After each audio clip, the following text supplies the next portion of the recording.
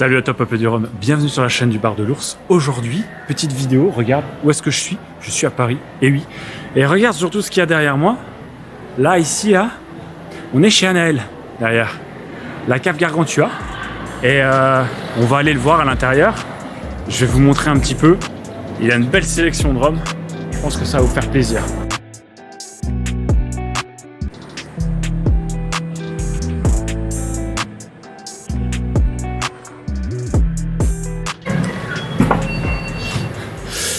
Bonjour. Bonjour. Salut Anaël. Salut, bienvenue à Gargantua. On voit tout de suite, dès qu'on arrive, on a une belle petite vision là. Attendez, je vais mettre comme ça. Regarde, tu rentres ici là, t'arrives et regarde tout de suite derrière toi. Tout là, tout au-dessus de moi là. Je vais vous montrer jusqu'en haut. Il y a déjà de quoi faire très largement. Et il y a de jolies références en plus. Hop là, jusque là-haut. Merci de nous accueillir. Eh ben avec grand plaisir. Merci. C'est cool. Merci de venir nous rendre une petite visite. Eh ben ouais, ça fait très plaisir d'être là avec toi. On va discuter un petit peu. Et puis tu vas nous expliquer un petit peu ton histoire. Et puis nous montrer un petit peu les différentes pépites que tu as peut-être. Allez, on fait ça. Très bien. En avant. Allez, bon, Let's go. Bon, nous voilà dans la cave. Dans la cave, exactement. Dans la cave. Vous voyez, on est tout de suite très bien reçu, très bien installé aussi. Il y a de jolies petites pépites. Et puis, du coup, merci de nous recevoir. Avec grand plaisir. Moi, j'aime bien mettre en avant les gens qui partagent un petit peu mes centres de passion et qui partagent un peu mes centres d'intérêt et puis les idéaux, les choses, la valeur humaine que j'aime bien. Donc, ça me paraissait faire sens que je sois là aujourd'hui. Ouais. Est-ce que tu peux nous expliquer un petit peu, du coup, le concept de ta cave, quand est-ce que tu as lancé, etc., ton parcours? Ouais. Alors, moi, j'ai toujours été dans le vin et dans les spiritueux. Okay. Après mon bac, je savais pas trop quoi faire. Je voulais passer une année à Dublin. J'ai appris à parler anglais. Là, à la suite de ça, je savais toujours pas trop où me diriger. Et finalement, comme j'avais un peu bossé dans l'hôtellerie, je me suis dit, tiens, pourquoi pas faire finalement l'école hôtelière. Okay. Et à l'école hôtelière, en réalité, avec mon professeur de restaurant, il m'a tout de suite initié à la dégustation des différents produits, des vins. Il a senti que j'avais un intérêt, que j'avais une sensibilité pour ça. Et donc j'ai décidé de creuser dans cette voie-là.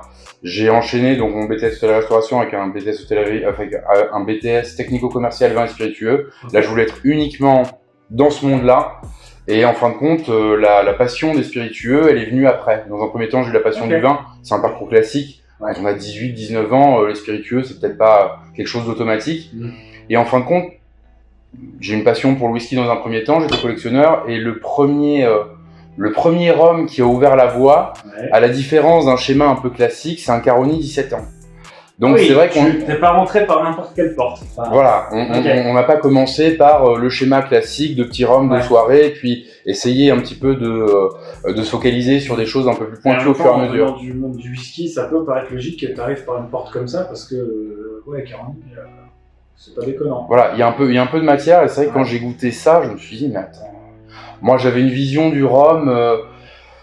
Sucré ou alcool de fête peut-être. Oui, voilà, et puis surtout quelque chose de peut-être finalement un petit peu moins cadré que ce que pouvait l'être le whisky. C'est vrai que le whisky, voilà, on a une définition, tout ça, c'est très précis, c'est très pointu, il y a la Scotch Whisky Association, et en fin de compte, c'était une méconnaissance de ma part. Au fur et à mesure que j'ai rencontré des gens, au fur et à mesure que j'ai fait des dégustations, je me suis rendu compte que en réalité le monde du rhum était alors à la fois tout aussi cadré et en même temps que on avait une palette d'arômes qui était infinie. Enfin, je veux dire, c'est impressionnant des fois sur un même produit le nombre d'arômes qu'on peut avoir au fur et à mesure que ça s'ouvre, au fur et à mesure qu'on le laisse respirer. Et là, je me suis dit bon, allez, ça y est, c'est parti, quoi. Voilà, on avait à la base quand on a ouvert, je pense qu'on était à une trentaine de rhums et là maintenant on est à plus d'une centaine. D'accord.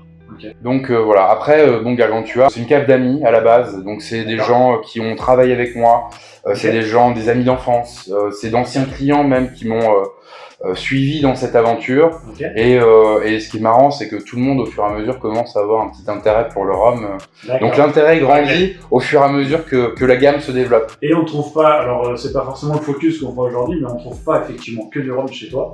T'as du vin, t'as du whisky, ce que je vois, forcément. Et puis, ouais, t'as un petit peu de tout en fait. C'est une cave généraliste. Ouais, ok. On est maintenant à pas loin de 700 références au total. Ok. J'aime à dire que je suis une cave de quartier qui est capable de proposer des grands vins. Cave de quartier. Exactement. C'est la plupart de notre clientèle, en tout cas sur les vins, sur les whiskies et une clientèle locale. J'estime que quelqu'un qui sort de ma cave avec une bouteille de vin à 8 € ou une bouteille de rhum à 250 ou 300 €, faut qu'il en ait pour son argent. Faut pas qu'il soit déçu derrière. Ouais. Ça, la satisfaction client, pour nous, c'est vraiment le plus important, quoi. Okay. Tu nous as mis quelques bouteilles ici devant nous là. Tu peux nous en parler rapidement Oui, alors ce que t'as mis là. Là, effectivement, c'est une petite sélection de ce qu'on a ici. C'est des produits qui me plaisent, qui me parlent tout simplement. Okay. Alors, des maisons qui, pour moi, sont maintenant devenues... voilà, on ne peut qu'en parler dans le monde du rhum. Des références. Chantal Comte, je pense que s'il y a une personne dans le monde du rhum, heureusement il n'y en a pas qu'une, mais s'il y en a une à citer qui partage sa passion, c'est quand même Chantal Comte. La sélection est magnifique. C'est des rhums qu'on peut faire découvrir à des néophytes, mais qu'on peut aussi proposer à des gens qui sont déjà grands amateurs. Ouais, très aguerris. Naisson, profil 105, pour moi, alors ça quand c'est sorti c'était une révélation parce que Naisson est une petite distillerie, donc c'est pas toujours forcément donné, les bouteilles sont pas toujours très accessibles, en tout cas peut-être moins que d'autres distilleries, et là Naisson profil 105 quand ça sort, je me dis mais alors au prix où ça sort c'est exceptionnel quoi, et puis on a une vraie densité. Et ils osent aussi, parce que là pour le coup c'est un truc différent de ce qu'ils avaient dans leur gamme. Oui, complètement. Et c'est sympa aussi d'oser faire des trucs qui, bon, après, on les connaît, ils savent très bien faire, donc je pense que ils ont osé faire, mais ils avaient bien réfléchi le truc aussi. Oui, je m'en fais pas trop.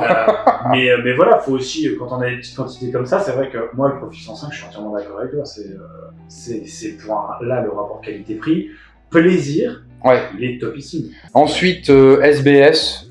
SBS, bon, on connaît la qualité de leurs embouteillages. La dernière série, pour moi, était sublime. Le Saval était... peut-être, on va dire, aller dans les 5 meilleurs rhums que j'ai bu sur cette année. Enfin, okay. Vraiment, de la générosité et de la finesse. Okay. Des fois, on a la générosité, c'est très bien. On a un rhum qui est direct, on a un rhum qui est, voilà, il n'y a pas besoin de se poser 106 000 questions. Ça vient direct dans le verre. Et des fois, on a des rhums qui sont, voilà, un peu plus en retrait, un peu plus souple, un peu plus élégant, avec lesquels il faut prendre le temps. Là, on avait tout d'un coup. On avait le côté évolutif et on avait cette générosité. On avait ce côté, on avait un impact tout de suite. Okay. Enfin, alors là, c'est pas nécessairement pour l'embouteilleur. J'aime bien l'embouteilleur. Il fait des choses assez intéressantes puisqu'ils ont embouteillé en Oresigno, par exemple.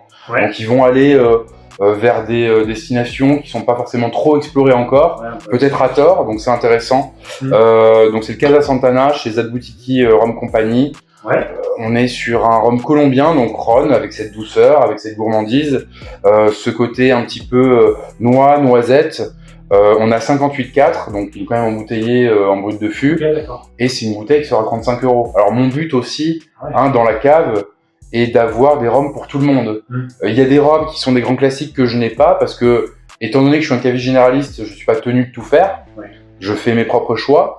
Je les ai pas parce que c'est des produits qui éthiquement, moi, ne me conviennent pas encore. Des rhums très sucrés, des rhums édulcorés. C'est pas tellement ce que je cherche en réalité. J'ai cette même logique dans tous les produits que je sélectionne. Par contre, il faut avoir des choses pour remplacer ça. C'est-à-dire que un palais qui vienne habituellement, moi je vais le dire, voir un Diplomatico, un Don Papa ou des rhums, on va dire excessivement sucrés. Effectivement, si t'as pas ce qu'il cherche, mais tu peux lui apporter une possibilité. Là, non seulement t'éduques le client, mais en plus tu vas te faire quelqu'un qui a priori va revenir. Si en plus tu fais mouche. Ah oui, bien sûr. C'est-à-dire que et en plus les gens sont pas réticents. Que j'ai eu des clients qui sont rentrés dans la cave et qui m'ont dit bon, je cherche telle bouteille, je cherche un Kraken. Et je leur dis, bah écoutez, j'ai pas Kraken, mais il se trouve que j'ai par exemple Black Tears, qui est un spice cubain, qui fonctionne très bien, qui est pas dosé énormément pour un spice. Et donc, il faut avoir une alternative à leur donner. Si on n'a pas d'alternative, ça sert à rien de pas sélectionner un produit, de pas donner la possibilité au client d'aller sur autre chose. Et enfin, quelques blancs. Ça c'est joli ça. Hein. Ça voilà, c'est joli. ça je sais que là il y a des gens qui vont se reconnaître. Donc le Rhum Fire, Shandon, blanc exubérant, quintessence vraiment des blancs jamaïcains sur ce côté funky, sur ce côté très juteux, très salivant. Et enfin une destination, alors là encore une fois peut-être à tort, pas assez explorée, Tamouré. Très peu connu. Très peu connu, pur jus de canne, exotique, exubérant, très généreux. C'est des rhums qui peuvent, alors qu'on peut faire goûter à tout le monde sans aucun problème. Ouais. Voilà. J'espère avoir moi, je l'ai pas encore goûté, mais si vous voyez la vidéo sur la chaîne, a priori, on va peut-être en goûter sur la chaîne dans les jours ou dans les semaines qui viennent, suivant la vidéo qu'on fera avec Anaël. J'en dis pas plus. Voilà, il y a des petits teasings, il y a des projets qui se mettent en place. Ouais. Pour la cave aussi, j'en dis pas plus non plus pour le moment. Vous voyez, vous avez même une exclue en teasing. Il y a peut-être quelque chose sur ici aussi. Là, c'est exclu total. Là, c'est exclu total. Mais voilà, pour l'instant, j'en dis pas plus. J'en dis pas plus. Donc là, petit projet, effectivement, voilà une bouteille dont je voulais qu'on parle. C'est vrai que. C'est que moi, je l'ai pas goûté. Ah bah tu le goûteras. On va le goûter d'ailleurs. Et moi, je suis un fan inconditionnel de chez Travelers. Ouais. Vraiment. Ah bah là, c'est un Travelers de haut vol. Donc, okay. Pour en parler un peu, je fais partie d'un groupe, alors pour l'instant qui n'est qu'un... Et la bouteille, enfin l'étiquette est très très très jolie. Faite par Andrew, c'est ça? Alors je sais, c'est pas vraiment moi qui ai géré totalement le backup du projet parce que... Je vous le mettrai en description parce que je crois que c'est Andrew sur Facebook. Parce que en réalité avec la cave j'ai déjà pas mal de choses à faire. Et en fait donc je fais partie d'un groupe comme beaucoup de gens à Paris qui s'appelle le Rhum Club Paris, qui est en fait une association d'amateurs. Alors pour l'instant c'est une page Facebook, mais il est possible que dans les temps qui viennent, ça se concrétise même encore un peu plus, parce que ça commence à être assez gros, hein. On est plus de 600. J'ai croisé quelques membres. Ah oui, là c'est sûr que on est partout. Et donc, je trouve que le premier projet vraiment important qui s'est concrétisé, il y en a d'autres évidemment, mais le plus important qui s'est concrétisé, c'est la mise en bouteille de ce rhum-là. Ouais. Donc Belize, Traveler, sur un 13 ans. Embouteillé à brut de fût, degré un petit peu inhabituel, on a 67,1. Travelers en général, hein, les brutes de fût qu'on voit, on est souvent à 8, 9, 10 degrés de moins, on tourne plutôt aux alentours des 60. Donc là, degré un petit peu après, plus... Il y en a pas mal, hein. L'Esprit, les Travelers étaient à 66, 67. Ouais. C'est pas SBS, c'est... il y avait un autre Belize à 64 ou 65. Mais oui, on est souvent dans les eaux là. L'Esprit va souvent aller chercher des degrés assez élevés de toute façon. Moi, on me demande tout le temps, et je le dis tout le temps, l'anniversaire que j'avais acheté il y a 2 ans. C'est pour moi, sur mon bar, ça a été une de mes meilleures mélasses sur le bar, vraiment. Qui me fait vibrer, genre vraiment, qui me fait vraiment vibrer quand je vois ça. Avant, je sais déjà que je vais bien aimer. Après, à quel degré, à quelle hauteur, je sais pas. Et j'ai trouvé ça assez intéressant. Donc là, en tout cas, là... Ça, mais c'est complètement ma cam. Mais complètement ma cam. Alors, on est sur du fruit exotique séché. On a du bois. On a un bois qui est contrebalancé quand même par la douceur, hein, et puis aussi par l'alcool, mais on a quand même un joli boisé. Alors, faut le mâcher, hein. Ouais, grave. Faut le mâcher en plus là. On vient d'ouvrir la bouteille. Donc en plus c'est waouh, ça dégage. Mais en tout cas, on sent le potentiel. La première bouteille donc que j'ai ouverte, effectivement, quand elle arrive à la moitié, alors là c'est apaisé, l'alcool s'intègre, c'est canon quoi. Pour le coup. Parce que là tu sens qu'il. Oui, là il y a de la chaleur. Ouais, c'est tonitruant. Il y a de la chaleur, il a besoin de s'aérer. Je pense vraiment que c'est. Tu vois, c'est dingue. Moi, ça c'est les profils que. Mais ça c'est des trucs, ça me transporte. Ça c'est des trucs, j'adore. J'ai toute la bouchée prise et c'est méga fruité, effectivement exotique. Ça transpire, c'est un peu gras, t'as plein de trucs en bouche. En même temps, t'as quand même du caractère. Ouais. Les degrés, ils sont là, ils sont présents. Après, comme tu dis, on vient de l'ouvrir. Donc, effectivement, quand elle doit être à moitié, ça s'agire peut-être un petit peu, en restant quand même dans 67. Mais, oui, disons que quand ça s'agit, en fin de compte, on tire presque vers des notes un petit peu de macadamia. On est vraiment dans la rondeur, on est vraiment dans la douceur. Ouais. Le coco reste, c'est vraiment une des notes qui reste sur ce rhum. Et c'est généreux. Ce qui est génial, c'est que dans une bouteille d'amateur, Par contre, voilà, on prend son temps, quoi. C'est une bouteille, on se fait un petit verre de temps en temps, on fait découvrir à des potes. De toute façon, c'est le but de cette cuvée-là. C'est vraiment le but de cette cuvée-là. Bah, et franchement, ça me fait vraiment plaisir que tu me la sortes de derrière les fagots comme ça et que je puisse la goûter parce que j'avais pas pu mettre la main dessus, tu vois. Bon, on termine là-dessus. Merci à toi de nous avoir reçus. Bah, merci d'être venu. Je pense que ça fait plaisir à tout le monde de découvrir un lieu que vous connaissiez peut-être pas ou déjà. Et tant mieux si vous connaissiez déjà. Si vous connaissiez pas et que vous êtes dans le coin, bah, venez le voir. Avec plaisir. Il y a toujours un vous serez bien reçu, je pense. Il y a toujours un petit quelque chose à goûter. C'est une cave de partage, c'est une cave de passion, que ce soit effectivement sur le rhum, mais sur tous les produits. Ce qui me dépasse un petit peu maintenant, c'est qu'on est presque plus connu pour le rhum que pour le vin.